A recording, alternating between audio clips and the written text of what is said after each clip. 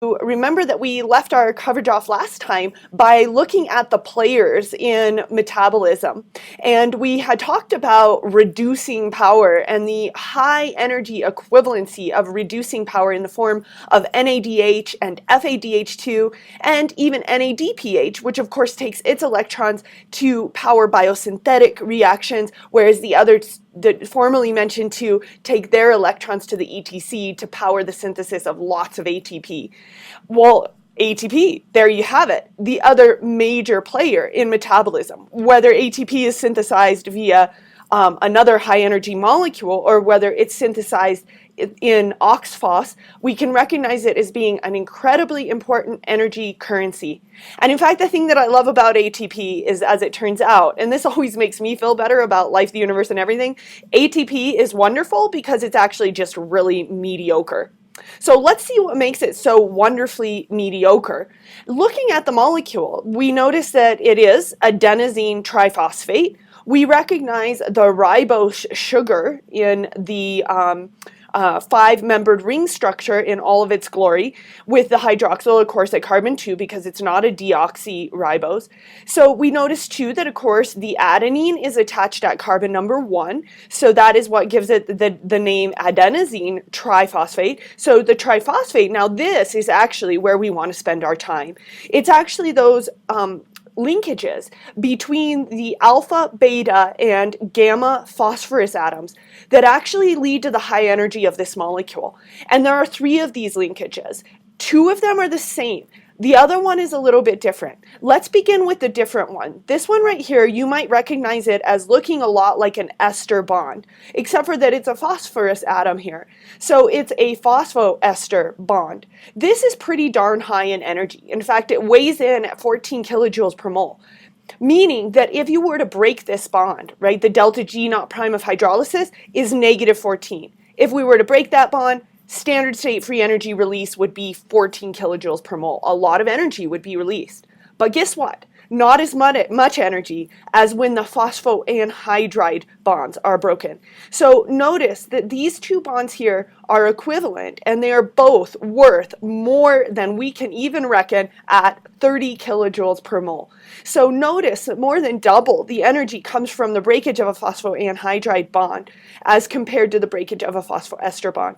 So just breaking down those 2 linkages, wow, could that yield a lot of energy. That's why when ATP is converted to ADP and we break this linkage at the gamma phosphorus, that yields a lot of energy, approximately 30 kilojoules per mole. So one might ask the question of why are the phosphoanhydride bonds so high in energy?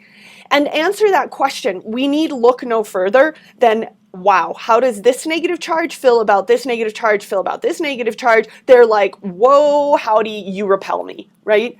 You definitely really repel me. You make me uncomfortable. And in that uncomfortable state, I am in a constant high energy state. So due to the steric repulsions in that molecule, we see a very high energy, very unstable molecule. And that is where that energy comes from. Quite simply, if these phosphates were to break and become individual inorganic phosphates alone, they would be more highly salvated with water and they would be happier, right? Less repulsion. They would be attracted to the water via ion-dipole interactions, and everybody would be at a lower state, a little bit more chill. So that's how we could answer why are the phosphoanhydride bonds so high in energy. And if you want to just jot down, you should probably jot down more than just this, but you probably would want to at least include in this steric repulsion.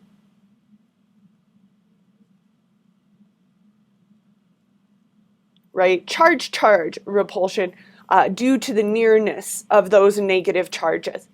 The other question that we need to ask is, noting that the triphosphate is what gives this molecule such high energy, we should ask the question of what about the other triphosphates, UTP, GTP, CTP? What about the energy that could come from those molecules? Well, it's the same. So in fact, ATP is not the universal energy currency because it's somehow better than those. It's just because it was evolutionarily selected for. So UTP, CTP, GTP, TTP, all of these are also very high in energy. So essentially the same, delta G naught prime, for these values, for these analogous phosphoanhydride and phosphoester bonds. So thinking back to ATP as the energy currency molecule, we know that when ATP is broken down to form ADP, we know that the high energy phosphoanhydride bond at the gamma phosphorus breaks. That yields approximately 30 kilojoules per mole. So we could write down that when these bonds are hydrolyzed, power is released, and we can see here it takes this simple equation of ATP plus water yields ADP plus inorganic phosphate plus energy, right? This can give off 30 kilojoules per mole that can be used to power energy requiring reactions, aka, said another way, when ATP's bonds are hydrolyzed, that is exergonic, right? It gives off energy. This could be used to power an endergonic or energy consuming reaction. So to better understand that idea, we have a table called the table of phosphoryl group transfer potentials, and I've adapted this table from another textbook and included some of the most interesting molecules on it. These molecules are things like phosphoenolpyruvate. We briefly met that molecule before and talked about the fact that it is wicked high in energy. But check this. Look, it weighs in at negative 62 kilojoules per mole. So in fact, that is so packed with power that there's literally enough energy in the bonds of PEP or phosphoenolpyruvate that in theory it could power the synthesis of 2 ATPs, so we often will abbreviate this PEP. But, of course, those of you who understand quantization of energy will understand that, in fact, this can only power the synthesis of 1 ATP because it really only has 1 phosphoryl group to transfer. So let's check out how I knew that this molecule had enough energy to make ATP. Recall that ATP has about 30 kilojoules per mole in those phosphoanhydride bonds. So if we wanted to take an ADP and an inorganic phosphate to make an ATP, it would require that we put in 30 kilojoules per mole. So PEP has 62. If it breaks down, it gives off 62. There's plenty of energy to power the needs of 30 to make ATP. Hey, look, there's also plenty in 1,3-BPG or 1,3-bisphosphoglycerate, negative 49. There's plenty energy to power the synthesis of ATP from that.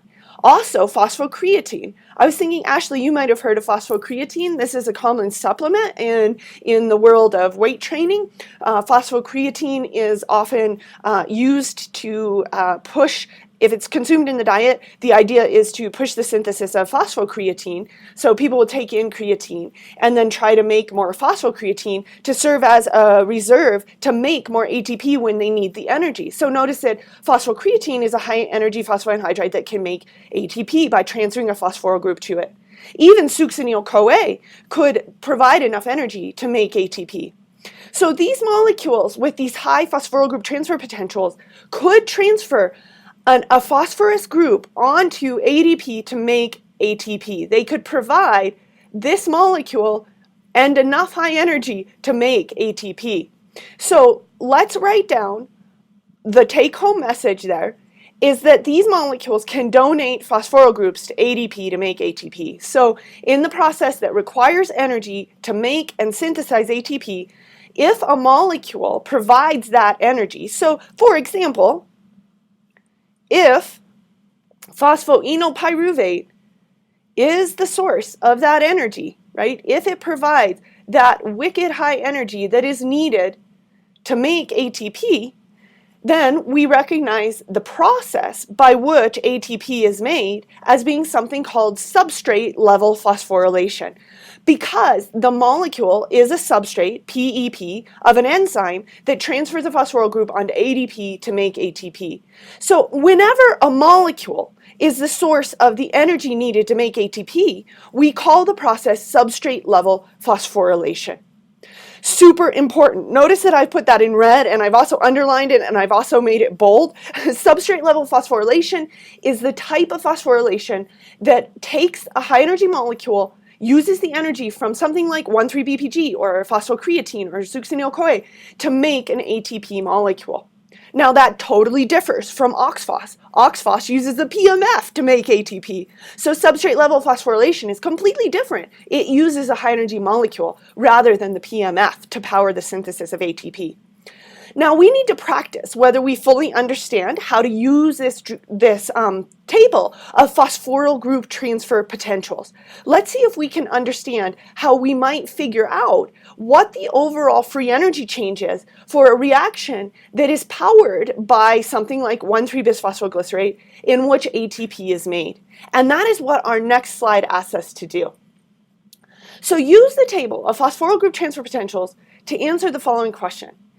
In this reaction, 1,3-bisphosphoglycerate plus ADP goes to 3-phosphoglycerate plus ATP. Or said another way, high energy 1,3-bisphosphoglycerate phosphorylates ADP to make ATP. Hey, substrate level phosphorylation. So we definitely know that's taken place here. We can answer one of these really easily, right? B has got to be true. ATP is generated in this reaction via substrate level phosphorylation because a high energy molecule, 1,3-BPG, is giving a phosphoryl group to ADP to make ATP. So now we want to know what is the overall delta G for this entire reaction based upon the delta G's that we already know from the tabulated values. So let's write down the two pertinent reactions. 1,3-BPG is going to 3-PG, just abbreviating, plus an inorganic phosphate. So that's the inorganic phosphate that's getting transferred onto ADP. So here's our other pertinent reaction. ADP plus PI is going to yield, yay, you got it, ATP. Oh yeah. So let's write the delta G's for each one of these. Remember that we just talked about the fact that the delta G naught prime for 1,3-BPG getting broken down is negative 49 kilojoule per mole. Now for ATP getting made, why, that's going to take 30. So we need to make sure that we switch the sign on that and say that 30 is going to have to be input in order to make the ATP. Now if that ATP is getting broken down, then 30 would be released, but here it's getting made, so we're going to have to say we're going to have to input that. So let's add those up. Oh, and you get to cancel stuff here too, right? Because the inorganic phosphate was essentially transferred from 1,3-BPG onto ATP. So now we can do a little math, and Jonathan is saying to himself, this is minus 19 kilojoule per mole, and maybe he's already come up here and circled the overall delta G naught prime for this reaction is negative 19 kilojoules per mole. So it looks like our actual answer here is A and B only, right? That's our answer there. Okay. Sweet. So let's just briefly go back to this phosphoryl group transfer potential table and make sure that we summarize the usage of this table. And here it is in its full glory. Let's just go through this note. Note that the tabulated values are for hydrolysis of each metabolite. If the reaction indicates a synthesis, then we need to flip the sign. So for example, when we look at this reaction, ATP plus glucose equals glucose 6-phosphate. Okay, let's check this out. ATP has 30 kilojoules per mole in its bonds.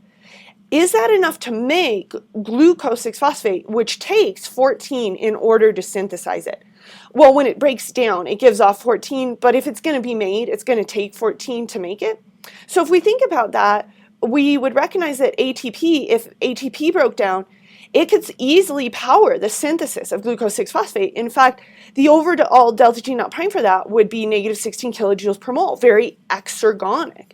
So yeah, there's plenty of energy in the bonds of ATP to make glucose 6-phosphate. So practice with this table. Try thinking your way through, could this molecule make this molecule? Could this molecule make that molecule? And what would be the overall delta G naught prime for each of those reactions that I'm envisioning? Marvelous. We're going to now move on, and I'm so excited because we get to start our coverage of metabolism in its full glory. I am so jazzed to dive into the depths of metabolism, looking at all of the nuances of each one of the pathways. But before we can cover those nuances, I want to begin with a big picture view and an analogy. I find that talking about metabolism is a lot like taking a trip through a canyon. Every year in the spring, we take the ski team into the canyons, and the way in which you have to approach a trip like that is that you enter a canyon from the top portion where it is much less deep. And as you make your way down into the canyon, you have to progressively get to a lower and lower and lower level until you're at a level you see in this picture where the canyon walls are 500, 1,000 feet sometimes above you. So the journey requires that at each level, you may have to make several rappels, and you may have to have a way to get your rope down to follow you down in order to get down these big ledges or pour-offs. And you can see a pour-off here in this picture. I find that this is very much like metabolism because in metabolism, there are certain steps that you take that if you wanted to, you could turn around and those steps could be reversible. Just like in the canyon, there are some places where you could simply turn back around and walk back up. But if you've just come off a huge pour-off, you're not very well going to be jumping back up that pour-off. The same way in metabolism, there are certain steps that we call metabolically irreversible. That is, they cannot be simply reversed. And in order to get backwards in steps like that, a completely different bypass reaction would have to be run. Just in the same way, in the canyon, if you wanted to get back up those pour-offs, you would sure as heck have to find a completely different bypass route in which you could actually climb up and around. So with that in mind, I want you to continue to think of the canyon journey analogy, and I want to maybe approach this from the same standpoint that you would approach a journey into the canyon. That is, you would begin first, absolutely, and you would have it with you. You would begin by looking at a map, and you would always have a map. And so that's how I want to begin our journey into the metabolic pathways, is by looking at a map. And I kind of consider this first slide, even though it looks overwhelming and it's for full form, same way with a map, right? If you looked at a map and you took the whole thing into account rather than just looking at the place that you wanted to go, it would be kind of overwhelming. So we're going to begin with this big map picture view, and then we're going to zoom in to every little pathway and deconstruct all of the nuances. Let's start out with what we know to be a beginning energy source for metabolism: donuts, right? That is to say, starch. Starch, and of course we know also storage glycogen that may be in a microbial cell. It might be found in a glycogen storage granule. We know in us it's found in our liver. And these polysaccharides, these carbohydrates, can get broken down into their glucose subunits. Remember that glucose is a 6-carbon sugar. We've drawn it a number of times now, so everybody is way familiar with it. And the first thing that's going to happen to glucose is that it's going to get broken down in what I like to say in this image is the black box of glycolysis. And you can see here just showing glucose going into glycolysis. And we know that in glycolysis, glucose is going to get ripped and stripped apart. That is, it's going to get broken down from its 6-carbon form into 2 3-carbon molecules called pyruvate. However, we also know that as glucose is broken down and ripped and stripped of its high energy electrons, we know that it yields other forms of energy. For example, ATP, right? So we know that one of the things that's going to be coming out of this black box of glycolysis, or rather it's pink, right, is ATP. We also know that the high energy electrons that are getting stripped off of glucose aren't going to run around naked in the cell. We've talked a lot about that. Instead, they're going to have these wonderful carriers. NADH, being the reduced form of nicotinamide adenine dinucleotide, is going to be the carrier for electrons coming out of glycolysis. Now, we could think about the formation of the 3-carbon pyruvate molecule as being sort of a point in, by analogy, in our canyoneering journey, where we're hit a place where there's actually 3 separate different canyons going in different directions. We could go down the one to the far right, down the one to the far left, down the one to the middle. There are a lot of choices. We sometimes say that pyruvate is the molecule of many fates. We talk specifically about 3 or 4 of those possible fates, though and we will talk and look at those with time. The one that I might mention now is that, in fact, the 3-carbon pyruvate could actually get usurped at this point and be used as a Lego, a building block for anabolic reactions to build up all other molecules, such as the amino acid alanine. That's true of other molecules in glycolysis. Note that some precursor metabolites may be derived from the glycolytic pathway. One of the possible fates of pyruvate is to keep on getting oxidized, that is, ripped and stripped of even more high-energy electrons. Now, pyruvate is already a pretty oxidized molecule, so when it gets oxidized again in a step that we often call the transition step, this step makes more high-energy electron-carrying NADH, but it also creates a 2-carbon product, 2-carbon acetyl. Now, if we know that pyruvate is a 3-carbon molecule, you guessed it. This is the place where we finally get that first fully worn out, totally used up carbon dioxide. So it's really at this point that the first CO2 is liberated from the catabolic pathways. So CO2 getting released, 2-carbon acetyl group going on to be further ripped and stripped of its high energy electrons. This is where the favorite pathway, maybe many of you have talked about this pathway before, maybe you know it as the Krebs cycle or the TCA cycle or the citric acid cycle. It is the cycle of many names. But I would argue that, in fact, if we were to give this cycle a true description of what it does, we would call it the serious reducing power generator, because this pathway oxidizes the 2-carbon acetyl group absolutely and completely. And so in the end, we know that the TCA cycle is going to be spitting out a ton of CO2. In fact, 2 CO2s for every acetyl group, because that acetyl group, remember, is 2 carbons in size. So there would be 2 fully worn out, totally used up carbon dioxide molecules that would get generated from that TCA cycle. We also know that the TCA cycle is going to be further oxidizing the 2-carbon molecule, therefore giving off tons of reducing power in the form of NADH, but also in the form of the other one, FADH2, which can quickly give its electrons to Q to make QH2. So tons of reducing power coming out of the TCA cycle, CO2 coming out of the TCA cycle, and you guessed it, our good friend ATP also deriving out of this black box of the TCA cycle. So as we look at this portion of our map, we see more reducing power getting generated, we see ATP getting generated, and more potential precursor metabolites, more Legos to build up in anabolic pathways. So we'll look, I promise, at the depths of the TCA, but at this point, we need to trace the journey of all of that dang reducing power. So at this point, notice this, we have gotten reducing power all over the place. An NADH that comes out of glycolysis, we'll look at stoichiometry later to talk about the number of NADH. We get NADH coming out of the transition step. We get NADH coming out of TCA. Notice we also get FADH2 reducing power coming out of TCA. And remember that this reducing power runs its electrons to the ETC, where it can get passed from one member to the next member to the next, protons get pumped, PMF gets formed, and ATP, right? That whole jazz, as I can already see Levi saying to the computer screen, he's like, hey, that's aerobic respiration, right? And it might be aerobic, it certainly is aerobic in our bodies. So let's look at respiration, where all of the reducing power delivers its electrons to the electron transport chain, and we know that that can be utilized to make ATP.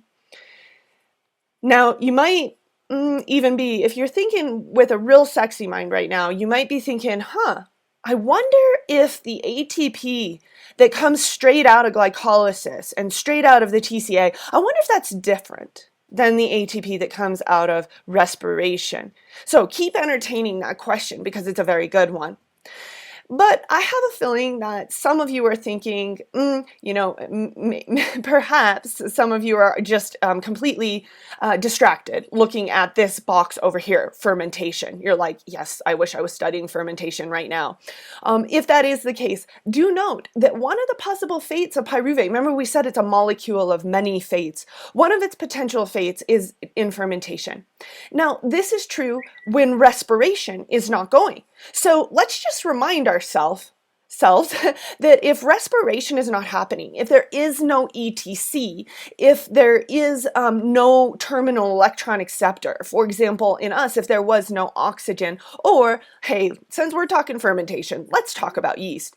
If yeast had no oxygen to serve as a terminal electron acceptor, that would mean that respiration would not occur. That would mean that NADH and FADH2 would have no place to take their electrons. That would mean that TCA, middle name reducing power, would not occur. It also would mean that the transition step would not occur, which would leave our cycle very little one here at glycolysis going into fermentation, and we would see that the fate of pyruvate would be to serve to accept electrons from NADH because it's worthless, it has nowhere to go, it can't take its electrons to the ETC. So all that would happen is pyruvate would serve, or a derivative of pyruvate would serve as an acceptor for those electrons, allowing for the regeneration of NAD+ and allowing glycolysis to keep on going. So in a yeast cell that cannot utilize respiration, all it can do is fermentation.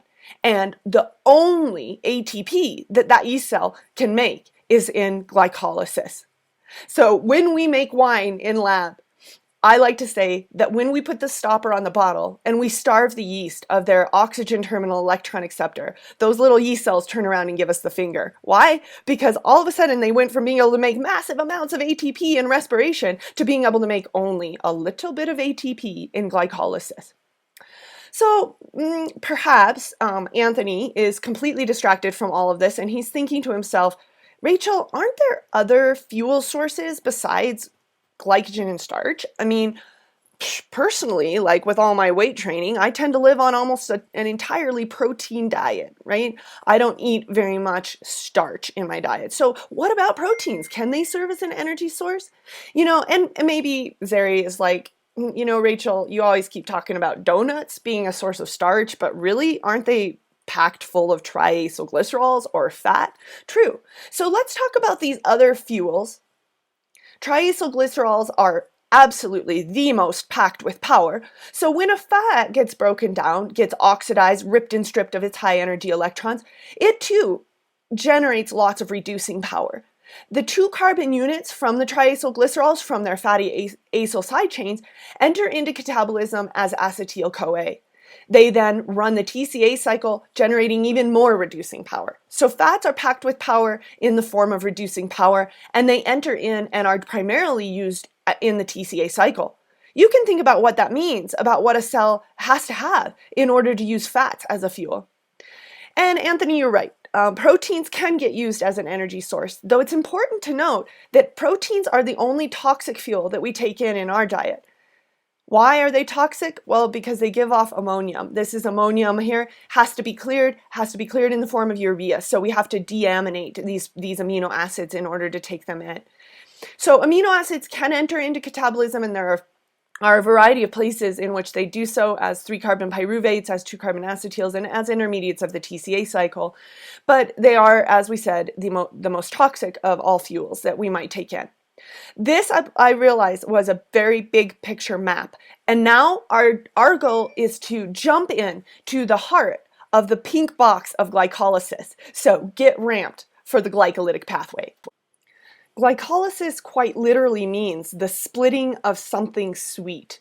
The glycolytic pathway, although often used to describe one pathway, is actually describing many pathways. That is to say, in different cells and different types of cells, there are different pathways to split something sweet or to break down a sugar. The pathway that typically gets named glycolysis, I mean, just the same way that all tissues often get named Kleenex, is the Ebden-Meyerhof pathway. So the Ebden-Meyerhof pathway is the pathway that you studied in the past and called it glycolysis. However, the Ebden-Meyerhof pathway technically is just one glycolytic pathway. We will be open to the use of the term glycolysis to simultaneously mean the Ebden-Meyerhof pathway. However, I do want you to learn that there is, in fact, there are multiple glycolytic pathways, and we're going to talk about more than one. We're going to talk about the Pentose phosphate pathway and the Ettner-Duderov pathway, as well as the classical Ebden-Meyerhof pathway. Let's look at the facts of this pathway. It is a ubiquitous one. We see it in all systems, that is prokaryotic and eukaryotic alike. And in fact, even in multicellular systems, even in cells that don't run much of any other pathway, they tend to run the Embden-Meyerhof pathway, aka red blood cells. So glycolysis is a ubiquitous pathway, as I said, in different life forms. It always occurs in the cytoplasmic matrix. So it is not in a eukaryotic cell, it is not found in a compartment. And that's important to remember, that no matter whether you're looking at a bacterium or whether you're looking at a red blood cell, it's always occurring just in the cytoplasm. It's not dependent upon any kind of electron acceptor. So we don't need any oxygen present even in those systems that aerobically respire. The use of some kind of external terminal electron acceptor is not needed for glycolysis to take place. So glycolysis is independent of the presence of oxygen. It can occur under aerobic or anaerobic conditions. And then lastly, we know that glycolysis, the main purpose of it, right, is to break down that 6-carbon sugar into 2 3-carbon pyruvate molecules.